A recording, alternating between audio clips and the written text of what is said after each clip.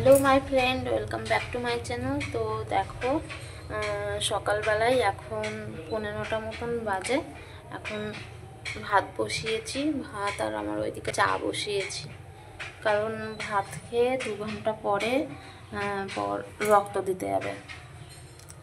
তো হচ্ছে ওর সুগারটা খুব বেড়েছে, কালকে ডাক্তারের কাছে গেছিলো, এখান থেকে বাইরের থেকে রিপোর্ট করেছে, কারণ হাসপাতালে দেখাই তো হাসপাতালে সরকারিভাবে আবার হচ্ছে ব্লাড টেস্ট করতে দিয়েছে সুগারটা।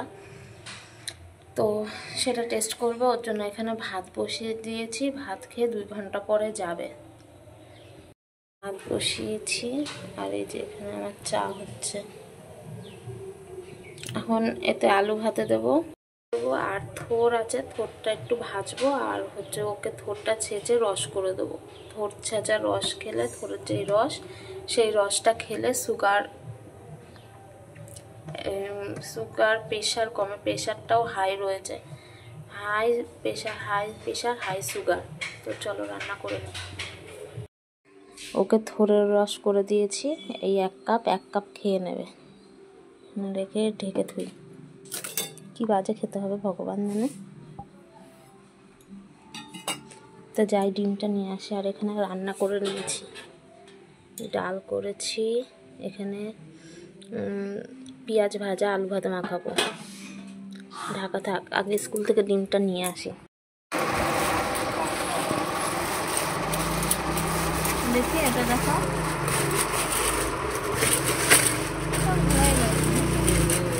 এই ডিজাইনটাও সুন্দর লাগছে। এটা ভালো লাগছে না? না না, এটা দেখছিলাম না, অন্যটা দেখ। এটা এই ডিজাইনটাও সুন্দর লাগছে, তাহলে এটাই পরি। হ্যাঁ, এটাই না, ওটা তুলবেন না। সাদা না পাকা শঙ্খ, এটা এর উপরে টাইট ফিটিং শঙ্খ হয় না, পাকা শঙ্খের সঙ্গে আর খুঁজে লোকে দেওয়ার মতো লাগে না। ঠিক আছে,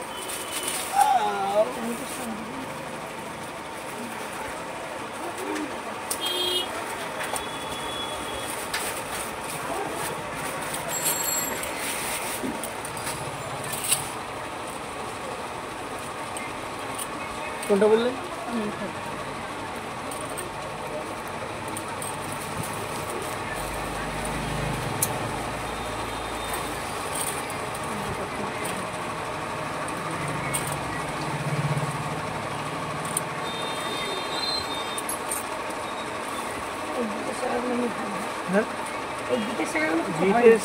বিশাল টেকসই, বিশাল বিটের শাখার উপরে কোনো টেকসই শাখা নেই। হ্যাঁ, দাঁড়া লাগে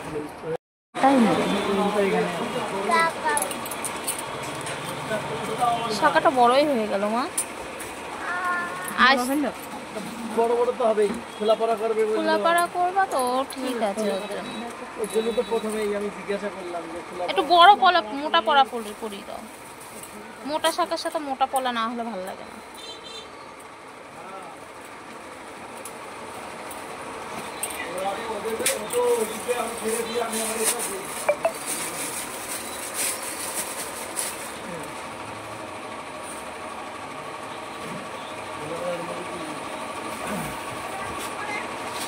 এই আমার এই হাতের শাখাটাও হচ্ছে কাকার বাবার কাছ থেকে পড়া, পুরো ফ্রেশ, তেলা হয়ে গেছে। বাইকটা এখনো এসে পারিনি, 8 বছর হয়ে গেল।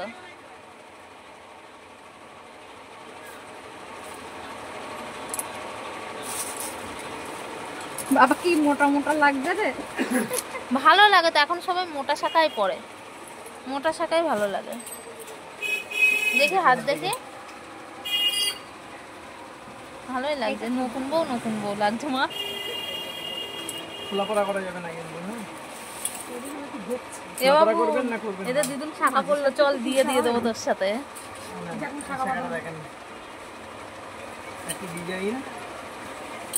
আমারও একটা খুব শখ এরকম মোটা শাখা পরবো, আমি পুজোর সময় পরবো মোটা শাখা।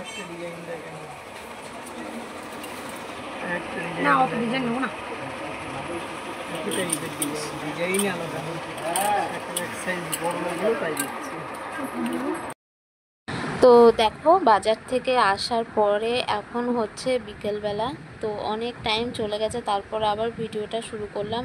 কারণ আমি এসে অনেক অসুস্থ হয়ে পড়েছিলাম, এত পরিমাণে মাথা ঘুরছিল।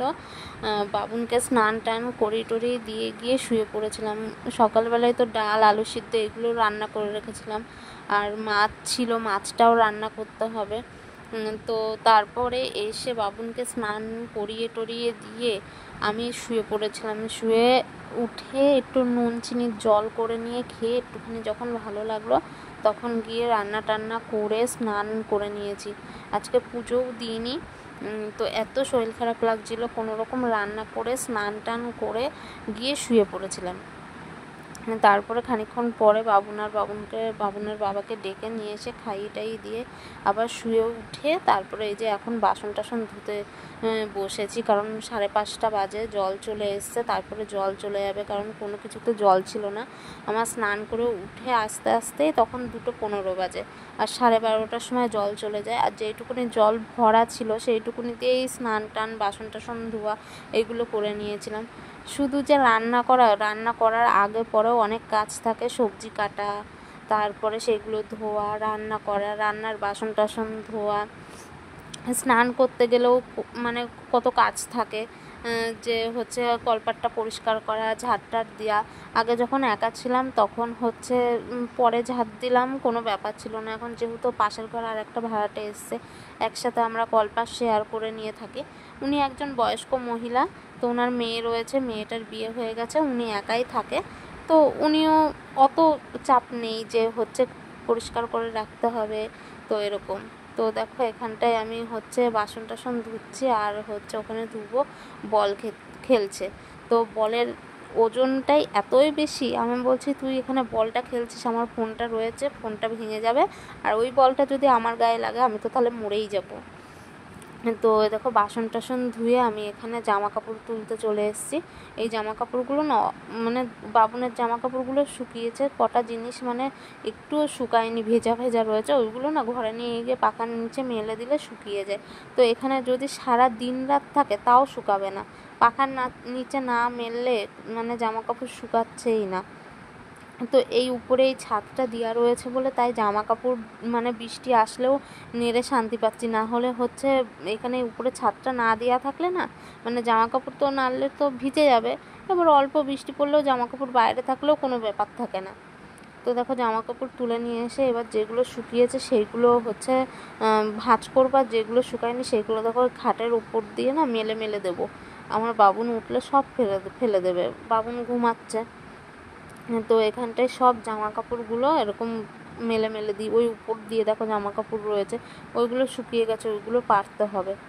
তো আমার এত পরিমাণে প্রেশারটা লো হয়ে গেছে, উঠে দাঁড়ালেই মানে চোখ মুখ অন্ধকার দিচ্ছে, আমি চোখে ঝাপসা ঝাপসা দেখছি, মানে এরকমই লাগছে আমার, উঠে দাঁড়াতে পারছি না, মনে হচ্ছে কি আমি মনে হয় হাঁটতে গেলে মাথা ঘুরে হয়তো পড়ে যাব। তো এরকম লাগছে। প্রেশারটাও আমার প্রেশার লোই থাকে, লো এবার মাপলেও লো বলবে, এবার আবার ওষুধ টষুধ দেবে। আমার এই ওষুধ জিনিসটা একটুও খেতে ভালো লাগে না, হয়তো কয়েকদিন খাওয়া দাওয়া করলে ঠিক হয়ে যাবে। আর মাথার ভিতরে না টেনশন থাকলে মানে এরকম হয়। এবার ওর শরীরটাও ভালো না, প্রেশার সুগার সব বেড়েছে, ওর শরীরটা সত্যিই খুব খারাপ। ডাক্তার দেখিয়েছে, ডাক্তারে বলছে যে হচ্ছে একটু হাঁটাচলা করতে, ও হাঁটাচলা একদম করতে পারছে না, বলছে আমার মাথার মধ্যে কেমন লাগছে, আমার শরীরটা খুব দুর্বল হয়ে গেছে, তো এরকম বলছে। এগুলো নিয়ে টেনশনে রয়েছে, একটু কাজ করতে পারছে না, হাঁটে যেতে পারছে না, এবার বাড়িরও কিছু ঝামেলা রয়েছে, সেইগুলো নিয়েও টেনশনে রয়েছি যে কি হবে না হবে। তো এইসব নিয়ে খুব মানে টেনশনে রয়েছি। তো একদিন বড় ভিডিও করে নিয়ে তোমাদেরকে বলবো, সেদিনকে অন্য কোনো কিছু সংসারের কাজ কোনো কিছু শেয়ার করব না, শুধু এই কথাগুলোই বলবো, কি হয়েছে না হয়েছে, কি বৃত্তান্ত সব কিছু তোমাদেরকে খুলে বলবো।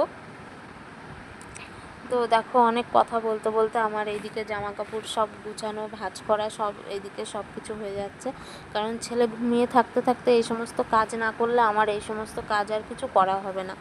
তারপরেও এখন মেশিনটা একটু ঠিক করতে হবে, সেলাই মেশিনটা মা 2টো নাইটি দিয়েছে, বলেছে সেলাই করে দিতে, তো 3-4 দিন হয়ে গেল নাইটিটা নিয়ে এসছে, সেলাই করা হয়নি। তো এই শনিবার আসলে 8 দিন হয়ে যাবে, নাইটি কিনেছে, বলবে এখনও আমি সেলাই তুই এখনও সেলাই করে দিতে পারলি না, আমি পরবো, মার নাইটিগুলো সব ছিঁড়ে গেছে, তো মেশিনটা সেলাই করব সেই সময়টাই পাচ্ছি না। আর বাবুনকে নিয়ে মেশিন ঠিক করে নিয়ে মেশিনে বসবো, হবেই না। তো দেখো এই চেয়ারটা রাখার জায়গা হয়নি, সেদিনকে ঘরটা গুছিয়েছিলাম, এই চেয়ারটা রাখার জায়গা হয়নি, মেশিনের উপরে তুলে দিয়েছি। এই একটা ঘরে এত কিছু জিনিসপত্র নিয়ে হয় না।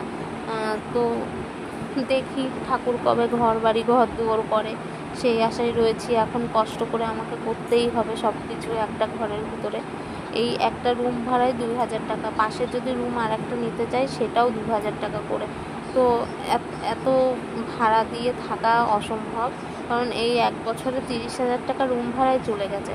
আর বাদবাকি তো কারেন্টের বিল এটা ওটা সেটা তো রয়েছেই, সেগুলোর কথা বাদই দিলাম। কারণ নিজের বাড়িতে থাকলেও কারেন্টের বিল দেওয়া লাগতো, এখানে রয়েছে এখানেও কারেন্টের বিল দেওয়া লাগছে, কারেন্টের বিলটা না ধরলেও চলে। তো এখন এই যে ঘর ভাড়াটা এক্সট্রা চলে যাচ্ছে, এটা বাড়িতে থাকলে বা নিজের বাড়িতে থাকলে তো সেই 30,000 টাকা তো থেকে যেত 1 বছরের ভাড়া। তো দেখতে দেখতে 1 বছর 3-4 মাস হয়ে গেছে যে এখানে ভাড়া রয়েছি। সামনে আবার হচ্ছে বৈশাখ জ্যৈষ্ঠ মাস আসলে তখন আবার 2 বছর হয়ে যাবে, তো ভাড়া রয়েছি। তো দেখি কবে জায়গা জমি কিনতে পারি, একটা ঘর বাড়ি করতে পারি, সেই অপেক্ষায় রয়েছি, সেই দিনটা কবে আসবে।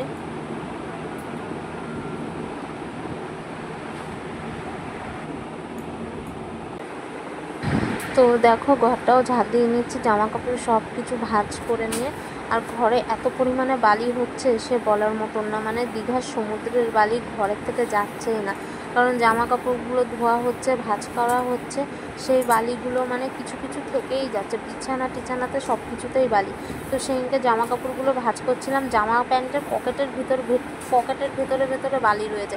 তো আমি আবার পকেটগুলো বের করে নিয়ে ভালো করে ঝেড়ে ঝেড়ে তারপরে হচ্ছে জামা কাপড়গুলো ভাঁজ করলাম, না হলে সব জামা কাপড়ে বালি বালি হয়ে যাচ্ছিলো। আর এই একটা ঘরের ভিতরে আর বারবার বাইরের থেকে আসা হয়, বারবার শুধু এই বালি হয়। বাবুন তো বারবার খালি পায়ে পায়ে চলে যায়, ওকে টেনে টুনে নিয়ে আসি, ঘরে এরকম করে করে বালি হয়ে যায়। আর এই যে এখন বৃষ্টি বর্ষা এসছে, মানে ঘর মুছলে ঘর তাড়াতাড়ি শুকাচ্ছে না, আর ভিজা স্যাঁতস্যাঁতে হয়ে রয়েছে, মানে কেমন যেন একটা ড্যাম ঘর হয়ে গেছে, অস্বস্তি লাগছে। দরজা জানলা বন্ধ করে রাখলে মনে হচ্ছে ঘরের ভিতরে কেমন একটা গন্ধ লাগছে। আর বাবুন এই যে টয়লেট করে, যেই ইয়ে দিয়ে মোছা হয়, নিচে টয়লেট করলে যেটা দিয়ে মোছা হয় ওইটা যদি ঘরের ভিতরে থাকে, আর ঘরে যদি দরজা জানলা বন্ধ থাকে, বাবা রে বাবা এত পরিমাণে গন্ধ থাকে, মানে আমার অস্বস্তি লাগে। আর বিছানার চাদর তো 2 দিন 1 দিন পর পর পাল্টে দেওয়া হয়, গন্ধ হয়ে যায় আমার, মানে আমি গন্ধ সহ্য করতে পারি না। নোংরা জিনিস দেখবো তাও বলে আমি কোনো কিছুর গন্ধ সহ্য করতে পারি না, আমার এই গন্ধতে খুব গ্যাস হয়ে যায়। তো দেখো এখানে বাবুনের সুজি রান্না করে নিচ্ছে, ও এখনও ঘুমিয়েই যাচ্ছে। তো ও ঘুম থেকে ওঠার আগে আমি এই সুজিটা রান্না করে রাখলে না, তাহলে ও ঘুম থেকে উঠে তাহলে খেতে পারবে। আর আমি এই সুজি রান্না করে ঘরে নিয়ে গিয়ে রাখতে রাখতে বাবুন ঘুম থেকে উঠে পড়েছে। তো একটু ঠান্ডা হয়ে যাওয়াতে ওকে খাইয়ে দিয়েছি। ওর আবার এই সুজিটা খুব ভালো লাগে, তো একটু দুধ দিয়ে জল দিয়ে, চিনি দিই না, একটু সামান্য পরিমাণে লবণ দিয়ে হচ্ছে ওকে সুজিটা খাওয়াই। তো চিনি দিলে তো খুব ভালো লাগে, ওর খুব টেস্ট লাগে, তো চিনিটা আমি দিই না, মানে যতটা না খাওয়ানো যায় না দেওয়া যায় ততটাই। তো দেখো এখানে দুধ দিয়ে দিচ্ছে, ওকে কিন্তু গরুর দুধই খাওয়াই, এখন আর হচ্ছে কোনো ফর্মুলা মিল্ক দিই না, এই গরুর দুধটাই দিই। তো খাই গরুর দুধটা, এমনি ওর অসুবিধা হয় না। এই বিকেলবেলাটাই হয় সুজি রান্না করে, না হলে দুধ দিয়ে মুড়ি দিয়ে এরকম করে দিই, তো খাই। আর রাত্রে দুধ দিয়ে রুটি দিয়ে কলা দিয়ে মাখিয়ে দিই, তো খেয়ে নেয়, এমনি অসুবিধা হয় না। ও দুধ রুটি কলা খেলে না পরের দিন সকালবেলায় মানে ঘুম থেকে উঠে বড় মানুষদের যেমন পটি হয়, তো ওর ঘুম থেকে উঠলেই মানে টয়লেট করে ওর পটি পেয়ে যায়। এটা ওর একটা ভালো অভ্যাস যে ঘুম থেকে উঠলে পটি করবে, সে 1 ঘন্টা পরেই হোক, আধ ঘন্টা পরেই হোক, আর 10 মিনিট পরেই হোক, ও ঘুম থেকে উঠে পটি করবে। তো দেখো এরকম একটু শুকনো মানে আঠা আঠা মতন করে, না জল একেবারে খুব আঠাও না, ওরকম করে সুজিটা খাইয়ে দিই ওকে। ওর খুব ভালো লাগে, সুজি খেতে খুব ভালোবাসে।